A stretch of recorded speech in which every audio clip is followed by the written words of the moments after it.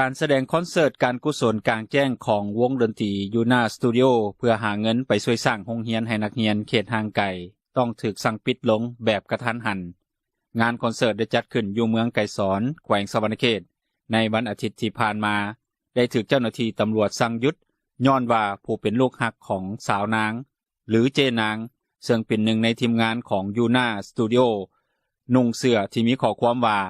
ค่อยบ่อยากให้มีการซื้อจ้างเขาเฮ็ดเวียก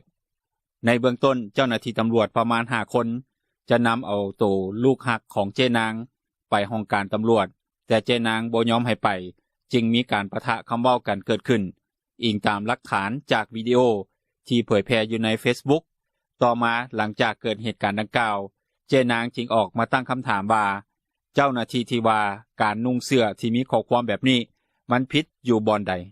เพียงแค่ใส่เสื้อตัวนี้ที่มีข้อความว่าข่อยบ่อยากให้มีการซื้อจ้างเขาเฮ็ดเวียกเท่านี้การที่บ่อยากให้มีการซื้อจ้างเขาเฮ็ดเวียกนี่มันผิดต่อแนวทางนโยบายของภาครัฐบ่อนใด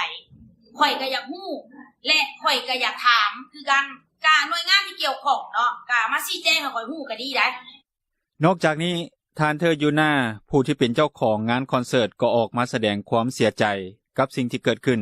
ทั้งที่มันเป็นเรื่องเล็กน้อยและก็สามารถแก้ไขได้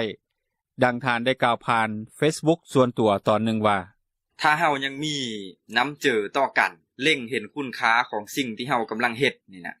เอ้าน้องเอ้ยเสื้อนี่มันมีถือเด้อไอ้ขอซะเอาไปไว้ส่วนตัวที่น้องนุ่งอยู่กะแกมาเอามาให้อ้ายซะเจ้าหาเสื้อตัวใหม่นุ่งเท่านั้นปัญหาน่ะถ้าเสื้อนี่มันผิดแห้งกะพิจารณากัน